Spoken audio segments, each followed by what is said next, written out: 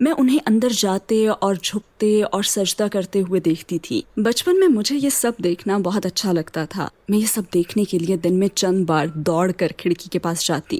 اسی عمر میں بدقسمتی سے گھر میں حالات بہت برے تھے۔ میرے والدین مسلسل جھگڑتے رہتے تھے، ان میں ہم آہنگی نہیں تھی، ان میں مسلسل بحث اور جھگڑا ہی جاری رہتا تھا۔ اور مجھے وہ دن یاد ہے جب میری والدہ اور والد کے درمیان بہت سخت جھگڑا ہوا اور میں اپنے بیڈ روم میں بھاگی۔ میری عمر تقریباً 8 سال تھی۔ بیڈ روم میں جاتے ہوئے میں نے اپنی والدہ کی شال لے لی۔ وہ ایک خوبصورت ایشین شال تھی جو ان کی ایک پاکستانی کالیگ نے گفٹ کی تھی، دفتر کی کالیگ نے۔ میں نے وہ شال لی اور اس سے زمین پر پھینکا۔ پھر میں نے سجدہ کیا اور خدا سے کہا، مجھے خدا سے یہ کہنا یاد ہے کہ انہیں روک دیں، انہیں جھگڑنے سے روک دیں۔ لیکن اس وقت میں بہت چھوٹی تھی، مجھے ٹھیک سے معلوم نہیں تھا کہ میں کر کیا رہی ہوں۔ بس جو کچھ مسجد میں دیکھا تھا اسی کی میں نقل کر رہی تھی، اور مجھے محسوس ہوا کہ خدا میری بات سنے گا۔ اس وقت مجھے ایسا محسوس ہوا تھا کیونکہ یہ ایسا انداز تھا جو خدا سے قریب کرتا تھا۔ یہ اسلام کے حوالے سے یہ میرا سب سے پہلا تجربہ تھا۔ اور پھر 2 سال بعد ایک اور تجربہ ہوا۔ میں 10 سال کی تھی اور اسکول میں پڑھتی تھی۔ میں اسکول سے گھر آئی اور یہ خبر سنی کہ ہماری کلاس کا ایک بچہ جو اسکول سے چھٹی ہونے کے بعد اس وقت کافی مقبول کچھ پلینگ کارڈز خریدنے کے لیے سڑک پر دوڑ رہا تھا کہ ایک بڑے ٹرک نے اسے ٹکر مار دی اور وہ موقع پر ہی دم توڑ گیا۔ اسکول نے اس کے تمام کلاس فیلوز کو خط لکھا اور اس کے 2 دن بعد ہونے والے جنازے میں آنے کی دعوت دی۔ تب میں نے اپنی والدہ سے جانے کی ضد کی۔ اس کلاس میں ہم میں سے کچھ اسٹوڈنٹس غیر مسلم تھے۔ والدہ نے اجازت دے دی اور مجھے لیلا سے کہی ایک بات یاد ہے جو اس وقت میری بیسٹ فرینڈ تھی اور وہ صومالیہ سے تھی۔ میں نے کہا کیا مجھے اسکارف مل سکتا ہے؟ اور اس نے کہا ہاں، اور مجھے ایک اسکارف اس نے دے دیا۔ پھر مجھے ایسٹ لندن کی مسجد میں جانا یاد ہے۔ شاید میں جنازے میں موجود اکیلی غیر مسلمان بچی تھی۔ وہاں میں نے ظہر کی نماز پڑھی، پھر جنازے کی نماز پڑھی۔ مجھے ظہر کی نماز میں سجدہ کرنا اور خدا سے نزدیکی کا وہ احساس پانا یاد ہے جو 2 سال پہلے سجدہ کرتے ہوئے مجھ میں پیدا ہوا تھا، اور یہ اسلام کے حوالے سے میرا دوسرا تجربہ تھا۔ اس بات نے آپ کو اسلام سے قریب کرنا شروع کیا؟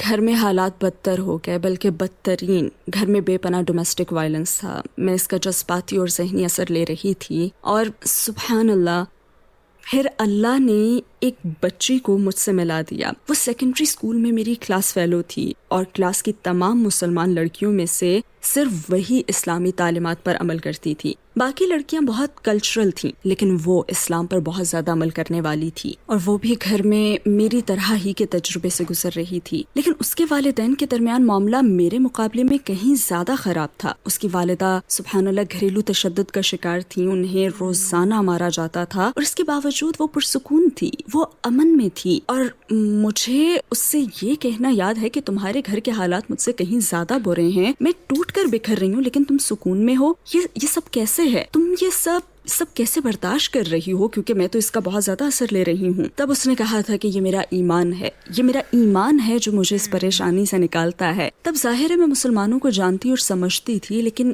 یہ احساس بھی تھا کہ اسلام بہت بیکورڈ مذہب ہے، اور مجھے اپنی اس فرینڈ سے بہت زیادہ لگاؤ ہو گیا تھا۔ ہم بہت ہی گہری سہیلیاں بن گئیں، حالانکہ ہم بالکل مختلف تھیں۔ مطلب میں بہت خود سر اور کریزی تھی، اور لوگوں میں مقبول، اور وہ ماشاءاللہ ایک عملی مسلمان تھی۔ پھر بھی ہم بہت گہری فرینڈز بن گئیں۔ پھر میں نے اسلام پر غور کرنا شروع کر دیا، آرٹیکلز پڑھنا شروع کیے۔ اس وقت ٹیپ والی کیسٹس چلتی تھیں۔ میں نے قرآن کو پڑھنا شروع کیا صرف ایک گستاخانہ وجہ سے، وہ یہ کہ میں چاہتی تھی کہ اس سے بچانے کے لیے اس عقیدے میں کوئی خامی تلاش کروں، کیونکہ میں سمجھتی تھی کہ حجاب غلط ہے۔ میرے خیال میں یہ اسے ایک کامیاب کریئر، ایک کامیاب زندگی سے پیچھے رکھے گا۔ مجھے لگتا تھا، اور ویسے بھی اس علاقے میں پرورش پاتے ہوئے میں نے دیکھا بھی تھا کہ مرد 2 میل آگے ہی چل رہے ہوتے تھے اور ان کی بیویاں پیچھے پیچھے چلتی تھیں۔ تو مجھ میں اس طرح کے من گھڑت تصورات تھے، اور یہ بات دلچسپ بھی تھی کیونکہ ایک طرف میں یہ دیکھ سکتی تھی کہ اس مذہب میں کوئی تو بات ہے جس نے اس لڑکی میں اتنا سکون بھر دیا ہے، اور دوسری ہی طرف اس مذہب سے یہ محدود ہو رہی تھی۔ اب یہ اسے دبا دیتا، یہ اسے زندگی میں آگے بڑھنے نہیں دیتا۔ تو ہم نے اس پر گفتگو کرنا شروع کی، ہم باقاعدگی سے بات کرتے تھے، اور وقت گزرنے کے ساتھ ساتھ میں قائل ہوتی گئی کہ اسلام ہی سچا دین ہے، اور اس بات نے مجھے خوفزدہ کر دیا۔ کہ میں قائل ہونے لگی ہوں, میرا دل بدلنے لگا, میری سوچ بدلنے لگی. میں کوئی خامی تو نہیں ڈھونڈ سکی لیکن صرف ایک ہی چیز پا سکی اور وہ زندگی گزارنے کا ایک مکمل انداز تھا. مجھے قرآن میں اگر ملے تو سائنسی ثبوت, اپنی ریسرچ میں مجھے کچھ ملا تو وہ تھا قرآن کا علمی معجزہ, اس کے علاوہ اور کچھ نہ تھا. اور اس چیز نے مجھے خوفزدہ کر دیا کیونکہ اگرچہ میں اس وقت بہت چھوٹی تھی لیکن میں ہمیشہ سے ایک ایسی لڑکی ہی رہی ہوں کہ اگر کسی چیز کو اپنا لوں, کسی چیز کو چن لوں تو پھر اسے اپنا 150% دیتی ہوں. میں یہ جان گئی تھی کہ میں بدل رہی ہوں اور میں قائل ہونے لگی تھی کہ مجھے اپنی زندگی بدلنی پڑے گی اور اس بات نے مجھے خوفزدہ کر دیا تھا. کون سی چیز آپ کو اسلام قبول کرنے سے روکتی رہی اور بالآخر آپ مسلمان کیسے ہوئی؟ خوف مجھ پر غالب آ گیا تھا. اس وقت مجھ پر اتنا خوف طاری تھا کہ میں نے اپنے دوستوں سے بھی تعلق ختم کر لیا. میں نے آرٹیکلز, کتابچے, کیسٹ سب پھینک دیے. میں نے قرآن کو ایک طرف رکھا.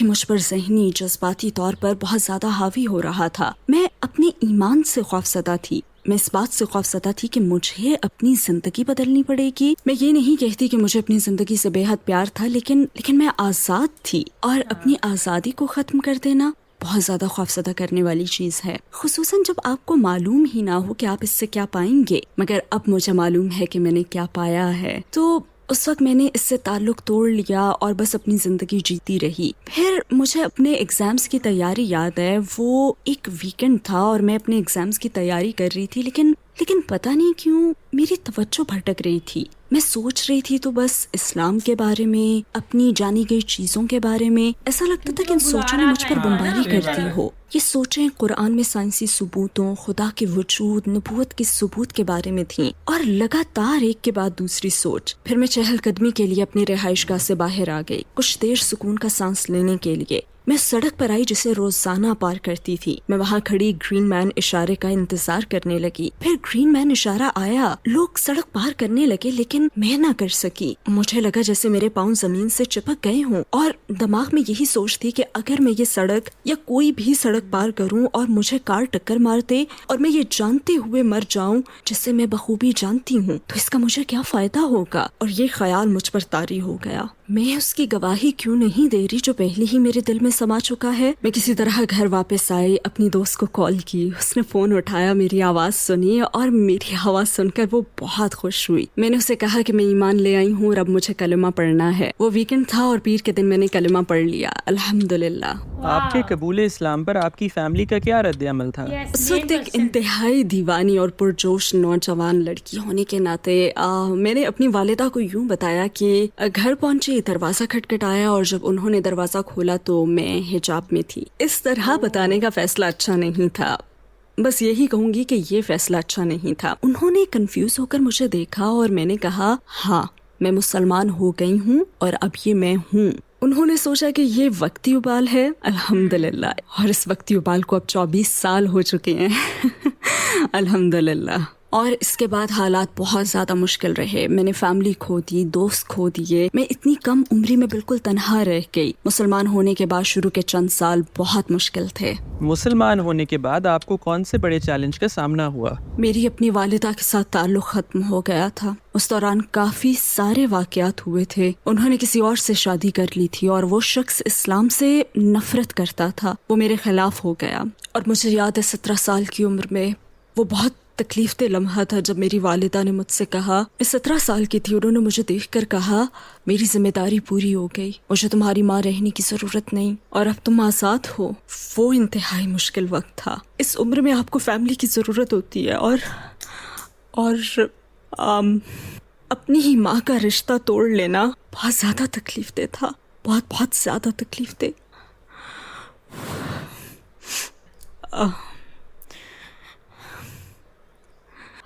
وہ واقعی بہت مشکل تھا. اور پھر اس کے بعد کسی کی مدد کے بغیر خود اپنا خیال رکھنا, اتنی کم عمری میں جاب تلاش کرنا, تنہا رہنا,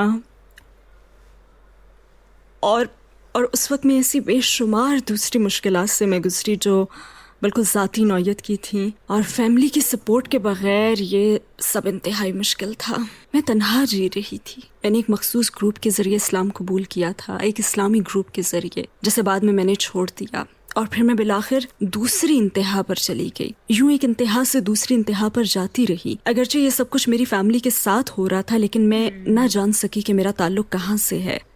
اور میں نئی بھی تھی. مذہب کی منتقلی، شناخت کے مسائل جن سے آپ بطور نو مسلم گزرتے ہیں، تو مجھے اپنی فیملی نے قبول نہیں کیا. بس ایک اسلامی گروپ سے دوسرے اسلامی گروپ میں گئی. دونوں طرح کی انتہاؤں کے درمیان ڈولتی رہی لیکن میں یہ نہیں جان سکی کہ میرا تعلق کہاں سے ہے. میں بے پناہ تنہائی کا شکار تھی اور اس نے مجھے بیمار کر دیا. پھر میں نے ہسپتال سے اپنی والدہ کو کال کی اور ان سے کہا کہ پلیز آئیں اور مجھے اپنے ساتھ گھر لے جائیں. میں نے اسلام پر عمل کرنا بھی روک دیا، اپنا حجاب اتار دیا، نماز پڑھنا چھوڑ دی. میں نے مسلم کمیونٹی سے خود کو دور کر لیا. لیکن میں تب بھی اپنے ایمان پر قائم تھی اور شاید اس کی وجہ یہ تھی کہ میں عقلی طور پر قائل ہونے کے بعد مسلمان ہوئی تھی، اور اس کی وجہ بس یہی تھی کہ وہ آزمائشیں میری برداشت سے باہر ہو گئی تھیں. آپ نے اسلام پر دوبارہ عمل کیسے شروع کیا؟ مجھے بالآخر جاب مل گئی اور دوبارہ گھر چھوڑ دیا. میں اپنی زندگی کے دن رات گزارتی رہی. آخر میں آزاد تھی. مجھے ان تمام مسائل سے نہیں نمٹنا پڑا جن کا مجھے بطور نو مسلم سامنا تھا، لیکن جیسے مجھ میں ایک خلا تھا، ایک خالی پن تھا اور ہمیشہ ایسے لگتا تھا جیسے کسی چیز کی کمی ہے. اور پھر اسی طرح میں نے 2 سال گزار دیے، مگر پھر یہ خالی پن حد سے بڑھ گیا اور مجھے اس کی وجہ معلوم تھی کیونکہ میں ایسی زندگی گزار رہی تھی جو میرے ایمان سے ہم آہنگ نہیں تھی. لہٰذا میں نے آہستہ آہستہ اسلام کی طرف واپس آنا شروع کیا. اور مجھے یاد ہے لوگ کہتے ہیں کہ کلمہ پڑھنا ان کی زندگی کا سب سے خوبصورت لمحہ تھا، لیکن اللہ سے دوبارہ رشتہ جوڑنا اور اسلام کی طرف دوبارہ آنا کسی گروپ کے دباؤ کے بغیر یا کسی کے یہ کہے بغیر کہ تمہیں یہ سب کرنا پڑے گا، یہ حلال ہے، یہ حرام ہے، تم یہ کام غلط کر رہی ہو، نہیں. فطری طور پر اسلام کی طرف پلٹنا، اپنے اور اپنے رب کے درمیان دوبارہ سے سفر طے کرنا، یہ واقعی خوبصورت انتہائی میٹھا احساس تھا. مجھے یاد ہے کہ میں ہر روز قرآن کا ایک صفحہ انگلش میں پڑھتی تھی. میں نے اپنے بالوں کا افریقی سٹائل میں باندھنا شروع کر دیا اور ظاہر ہے کہ اس کا اختتام حجاب پہننے پر ہوا. میں نے دوبارہ سے نماز پڑھنا شروع کی. میں دوبارہ اسلام کی طرف لوٹ آئی. میں نے دوبارہ اسلام کی تعلیمات پر عمل شروع کر دیا اور الحمدللہ یہ خوبصورت اور میٹھا لمحہ تھا کیونکہ یہ میرے اور میرے رب کے درمیان تھا، میرے اور میرے خدا کے درمیان. تو آپ کی والدہ کے ساتھ تعلق پر اس کا کیا اثر پڑا؟ دراصل میری والدہ نے خلا لے لی، جو کہ ایک بہترین فیصلہ تھا. وہ نئی زندگی کی طرف آنا شروع ہوئیں اور شاید وہ اب بھی اسی مرحلے میں ہیں. ہم نے اپنا تعلق دوبارہ جوڑنا شروع کیا اور میرے خیال میں دونوں کو ہی اس کے لیے بہت محنت کرنی پڑی. اور پھر 2015 میں انہوں نے اسلام کے بارے میں سوالات پوچھنا شروع کیے. میں اس وقت پردیس میں رہ رہی تھی، میں نارتھ افریقہ میں تھی اس وقت. انہوں نے یہ سفر شروع کیا اور ہر طرح کے سوالات پوچھے اور پھر 2015 میں انہوں نے کہا کہ وہ مسلمان ہونا چاہتی ہیں. اور یہ وقت تھا جب میری والدہ مطالعے کی بہت زیادہ شوقین تھی. یوں سمجھیں وہ کتابی کیڑا تھیں. تاریخ اور خصوصاً اسلامی تاریخ سے انہیں عشق تھا اور بالآخر ان میں اس حوالے سے مزید جاننے کا تجسس پیدا ہو گیا تھا. تو 2015 میں انہوں نے کہہ دیا کہ وہ مسلمان ہونا چاہتی ہیں اور بالآخر کلمہ پڑھ لیا. اس کے کچھ ہی عرصے کے بعد انہوں نے کہا کہ وہ ایمان برقرار نہیں رکھ سکتی اور شاید اس کی وجہ ان کی عمر تھی، شاید اس لیے کہ ان کے آس پاس مسلمان نہیں تھے اور میں بھی ان سے بہت دور رہ رہی تھی. اور آخر انہوں نے پھر دین چھوڑ دیا. پھر 2021 میں انہوں نے کچھ یوٹیوب ویڈیوز دیکھنا شروع کی. وہ مجھ سے بات کرتی اور بتاتی مجھے کہ عائشہ پرائم نامی اس عورت کی کچھ ویڈیوز ملی. میں اس وقت انہیں نہیں جانتی تھی تو میں نے فوراً ریسرچ شروع کی تو پتہ چلا کہ وہ ایک امریکی بہن ہیں. اس سے پھر میری والدہ شیخ خالد یاسین کی ویڈیوز دیکھنے لگی. انہوں نے مجھ سے بات کی تو وہ بے حد پرجوش تھیں. کہنے لگی مجھے یہ شخص ملا ہے، مجھے نہیں پتا وہ کون ہے مگر وہ میرے دل کی باتیں کرتا ہے، اس کے پاس بہت علم ہے، یہ تاریخ کو سمجھتا ہے. اور جیسے آپ کو بتایا کہ وہ خود بھی تاریخ کی دیوانی تھی تو پھر وہ شیخ خالد یاسین کی ایک کے بعد دوسری ویڈیوز دیکھنے لگیں. وہ مجھے کال کرتی اور بتاتی کہ میں نے یہ سیکھا ہے. شیخ نے حضرت عیسیٰ علیہ السلام کے بارے میں ایک سیریز بنائی تھی، ہسٹوریکل جیسس میرے خیال میں اس کا نام تھا. وہ انہیں انتہائی دلچسپ لگی اور وہ مسلسل ان کی ویڈیوز دیکھتی رہتی اور مجھے بتاتی اور میں کچھ نہ کہتی. میں نے سوچا کہ پتہ نہیں یہاں کیا ہو رہا ہے لیکن کچھ بدل رہا ہے. میں بس سوالات کے جوابات دے دیتی، میں اپنی رائے نہیں دیتی تھی، میں بس انہیں اپنے پاس آنے دیتی. وہ کہا کرتی کہ یہ شخص کمال کا ہے. لہٰذا میں نے ان کی تلاش کی ذمہ داری لی اور ایک پیغام بھیجا اپنے جاننے والوں کے نام، ایک پیغام جس میں لکھا کہ کیا کسی کے پاس خالد یاسین سے رابطے کی تفصیلات ہیں. اور کسی نے مجھے ان کے